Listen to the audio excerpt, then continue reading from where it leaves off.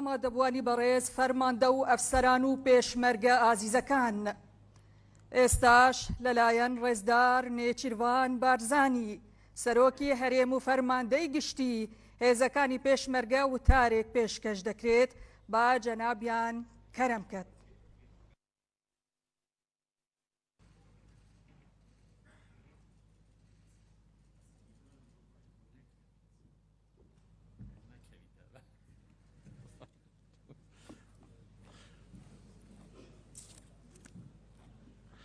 میوانە بەڕێزەکان، پێشمەرگە قارەمانەکان ڕۆژتان باش.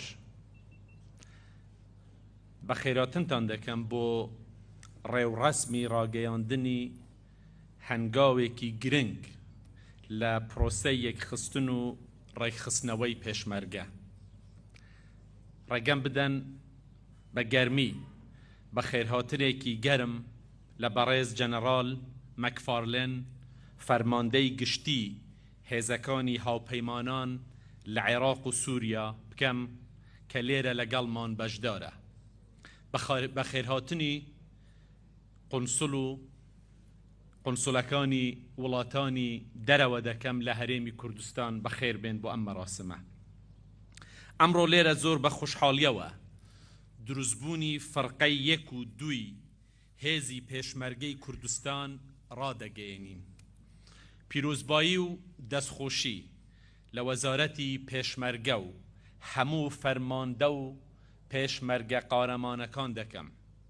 هەر یەک لەم دوو فەرقەیە لە 4 لیوا و 1200 پێشمەرگە پێک هاتوون.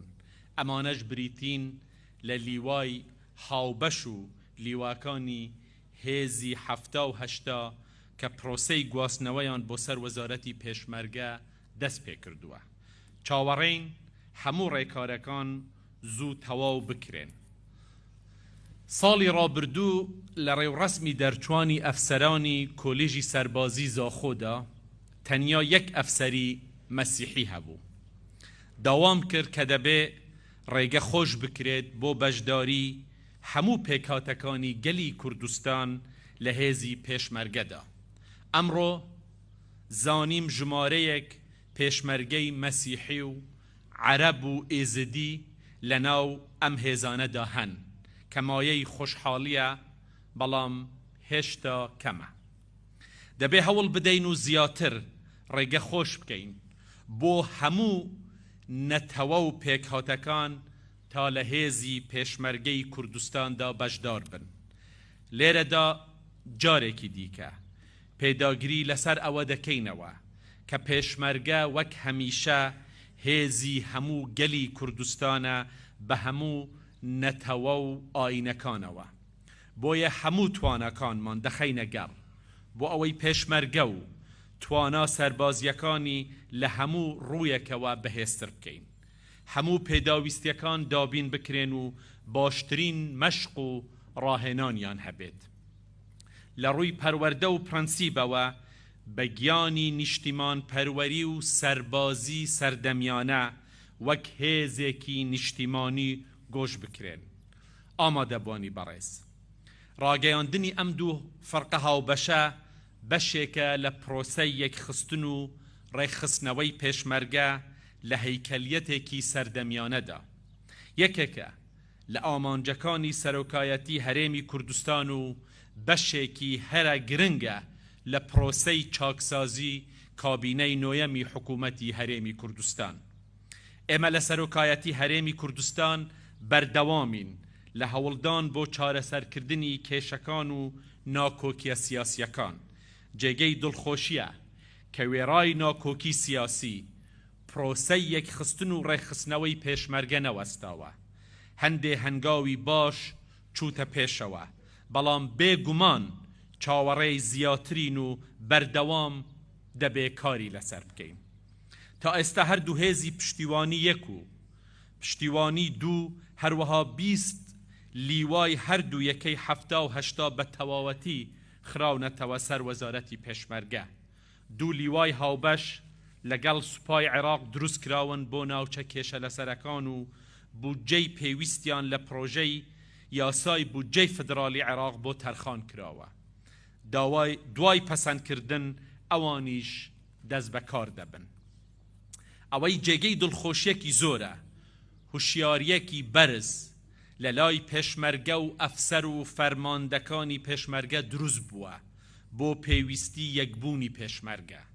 ئەوان نایانەوێت پرۆسەی یەکخستن و ڕێکخستنەوەی پێشمەرگە بوەستێت، چونکە نایانەوێ هیچ ناوێکی سیاسی و حزبایەتیان لەسەر بێت. دەیانەوێ پێشمەرگەی کوردستان بن، نەک پێشمەرگەی حزب. ئەمەش باوەری ڕەسەن و ڕاستەقینەی پێشمەرگەیە.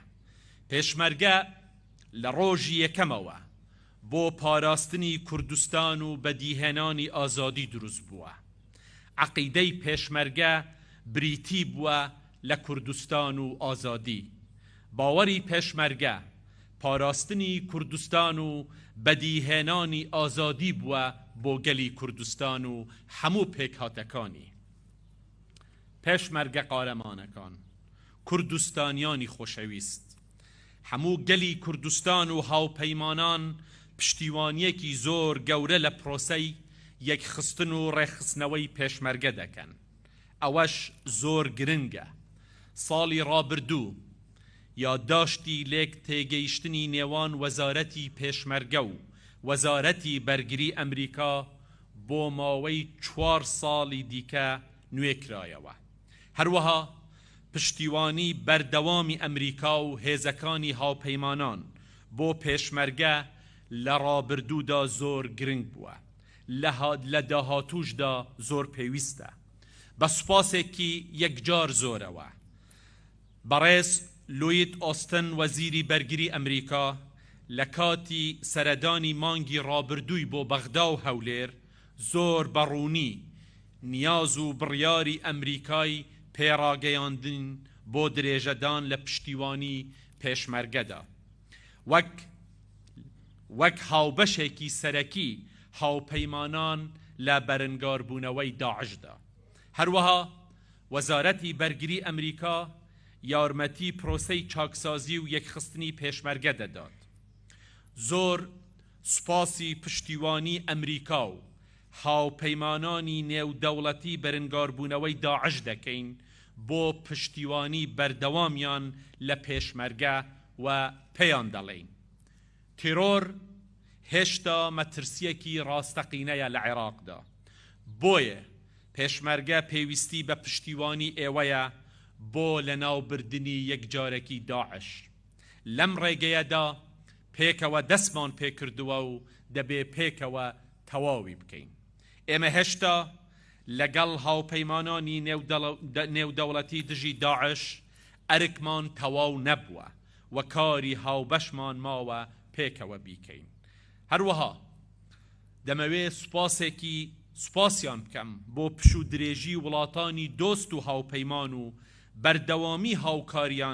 بەردەوامبوونی هاوکاریان دەکەین بۆ پرۆسەی چاکسازی و یەکخستنی پێشمەرگە. پشتیوانی هەموو ئەو وڵاتانە کە لەم پرۆسەیەدا لەگەڵ ئێمە بەشدارن بەبێ ئەوەی ناویان بینم جێگەی سوپاسێکی زۆرە لەلایەن هەموو گەلی کوردستانەوە. ئەم پشتیوانە نێودەوڵەتیە زۆر گرنگە بۆ پێشمەرگە و هەرێمی کوردستان کە بە ئازایەتی و بە قارەمانەتی پێشمەرگە بەدەست هاتووە. پێشمەرگە بە ئازایەتی و بەڕاگرتنی هێرشی درندانە و بەربڵاوی داعش و تێکشکاندنی ئەفسانەکەی ئەو پشتیوانیە نێودەوڵەتیەی بەدەست هێناوە. پێشمەرگە بە هاوکاری هاوپەیمانان و بەشداری سوپای عێراق و حەشدی شەعبی مەترسی داعشیان نەهێشت کە گەورەترین هەڕەشە بوو لەسەر ژیانی هاوچەرخ و ئازاد لە ناوچەکە و لە هەموو جیهاندا. پێشمەرگە بە قارەمانەتی خۆی سەلماندی کە شایانی خۆشەویستی گەلانی جیهانە و هەموو شایانی خۆشەویستی گەلانی جیهانە و شایستەی هەموو پشتیوانیەکە. ئامادەبوانی بەڕێز، ئەم هەنگاوەی ئەمڕۆ نیشانەی ئەوەیە کە پێداگیریەکی زۆر هەیە لەسەر بەردەوامبوونی پرۆسەی چاکسازی و یەکخستن و ڕێکخستنەوەی پێشمەرگە. ئەوە داوا و ئامانجێکی زۆر ڕەوای خەڵکی کوردستانە و دەبێ جێبەجێ بکرێت. بۆ ئەوەی بتوانین دەستهەڵاتی دامەزراوی بچەسپێنین و پرۆسەی دیموکراسی لە هەرێمی کوردستاندا بەهێز بکەین، بۆ ئەوەی ئازادیە گشتیەکان و ئەو سەقامگیرە ئەمنیەی کە لە هەرێمی کوردستان هەیە بپارێزین، بۆ ئەوەی دڵنیایی تەواو بدەینە هاوڵاتیان، بۆ ئەوەی پشتیوانی نێودەوڵەتی بۆ پێشمەرگە بەردەوام بێت، دەبێ پێشمەرگە بکەینە هێزێکی یەکگرتووی نیشتیمانی. پێشمەرگە شیرینترین ناوە لە لای گەلی کوردستانەوە، لە ڕووی زمانە و واتاوە وشەیەکە پڕ لە جوانی و گەورەیی. مێژووی هاوچەرخی ئێمە و دەستکەوتەکانمان بەرهەمی خەبات و خۆڕاگری پێشمەرگەیە. لە هەموو قۆناغەکاندا پێشمەرگە ئەگەر لە چەند سەنگەری جیاوازیشدا بن، یەک ئامانجی هاوبەشوان هەبووە، ئەویش ڕزگاری کوردستان و ئازادی کوردستان بووە. پێشمەرگە ئەگەر لە پێکهاتەی ئیداریشدا جیا بوو بێت، لە خەبات و ئامانجدا هاوبەشە، وەک چۆن لە شەڕی دژی داعش ئەم ڕاستیە بۆ هەموو گەلی کوردستان سەلمێنرا. بە دامەزراوەکردن و یەکخستنەوە باشترین ڕێزگرتنە لە ناو بانگ و قارەمانەتی پێشمەرگە و دەبێ ئەوە جێبەجێ بکرێت. دەبێ بەرگی حزبایەتی بە تەواوەتی لەسەر پێشمەرگە لا بدرێت، بۆ ئەوەی باوەڕ و ناسنامەی ڕاستەقینە بە تەواوەتی دەربکەوێت کە ناسنامەی نیشتیمانە. یەکخستن و پێشکەوتنی پێشمەرگە سوودێکی زۆری هەیە بۆ عێراق بەگشتی. لە پرۆسەی ئازادی عێراقدا ئەمە بە تەواوەتی دەرکەوت. هەروەها لە کاتی شەڕی داعشیشدا جارێکی دیکە ئەو ڕاستیە دەرکەوتووە، بە تایبەتی کە پێشمەرگە پارێزگاری کەرکووک و بەشێکی زۆری پارێزگای دیالا و سەلاحەددینی لە هێڕش و وێرانکاری داعش پاراست. هەروەها هاوبەش و هاوکاری سەرەکی بوو لە ڕزگارکردنی مووسڵدا. سەروەری عێراق هاوبەشە و پێشمەرگە دەتوانێت بەشداری سەرەکی بێ لە پاراستنیدا، چونکە پێشمەرگە بەشێکە لە سیستەمی بەرگری عێراقدا. بۆیە دەبێ عێراق لە پشتگیری و گرنگیدان بەتوانا سەربازیەکانی پێشمەرگە و دابینکردنی پێداویستیەکانی ئەرکی خۆی بە تەواوەتی جێبەجێ بکات.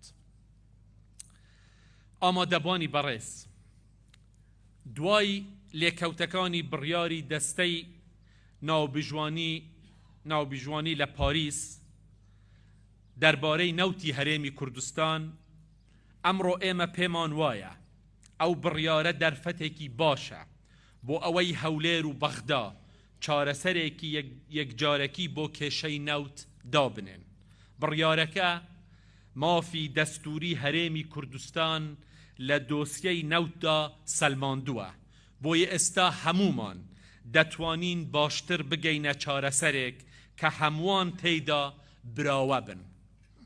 دوای پەسەندکردنی دەستور ئێمە بەردەوام داوای دەرچوونی یاسای نەوت و گازمان کردووە، چونکە تەنیا ئەم یاسایە دەتوانێت مادەی 112 دەستور بە باشی ڕێک بخات. ئێستاش داوا دەکەین ئەو فدرالیەی لە دەستوری عێراقدا هەیە بخرێتە ناو یاساکانی وەزارەت و دامەزراوەکانی عێراق، بۆ ئەوەی بەڕێوەبردنی وڵات لە ناوەندیەوە بەکردەوە ببێتە فدرالی.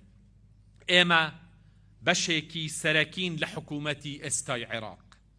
بە پێی ڕێککەوتنی هاوپەیمانی بەڕێوەبردنی دەوڵەت بۆ پێکهێنانی حکوومەتی فدرالی، ئێمە هەموو پشتگیریەک لە سەرۆک وەزیران بەڕێز محەممەد شیاع سوودانی و کارنامەی حکوومەتەکەی دەکەین.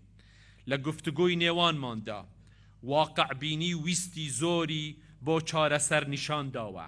ئەم تێڕوانینەی ئەو وای کردووە ئێمە لە هەرێمی کوردستان پشتیوانی بەڕێزیان بکەین.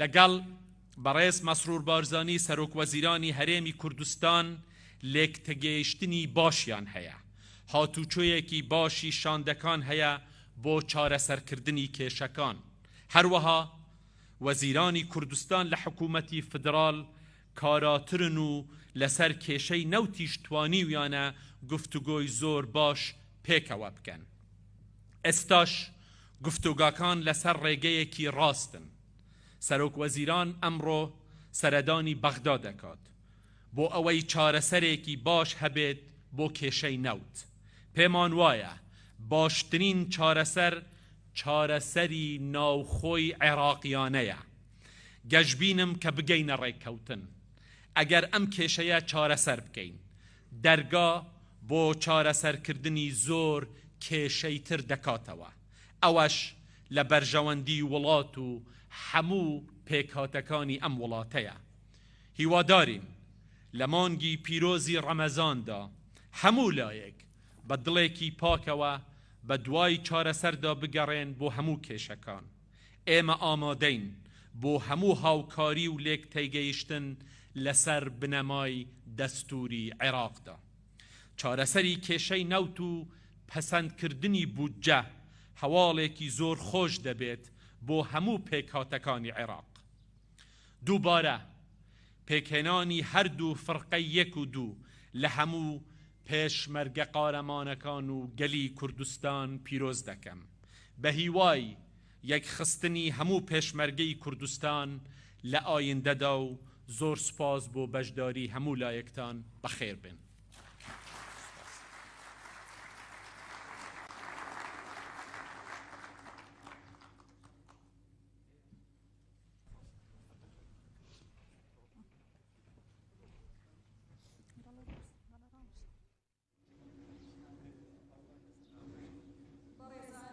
ئێستاش لەلایەن ڕێزدار نێچیروان بارزانی سەرۆکی هەرێمی کوردستان و فەرماندەی گشتی هێزەکانی پێشمەرگە بە ئامادەبوونی بەڕێز فەریق ڕوکۆن عیسا عوزێر سەرۆکەرکانی وەزارەتی پێشمەرگە ئاڵا و لۆگۆی فرقەکان ڕادەستی فەرماندەی فرقەکان دەکرێت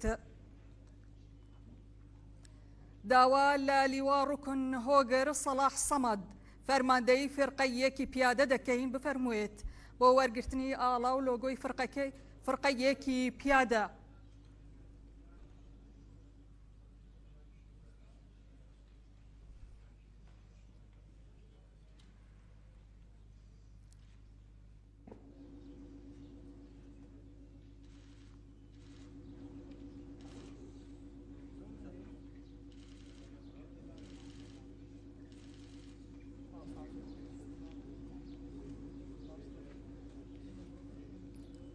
ئێستاش داوا لە لیوا ڕوکن ڕێبوار موحیەدین محەممەد ئەمین فەرماندەی فرقەی دووی پیادە دەکەین بفەرموویێت بۆ وەرگرتنی ئاڵا و لۆگۆی فرقەی دووی پیادە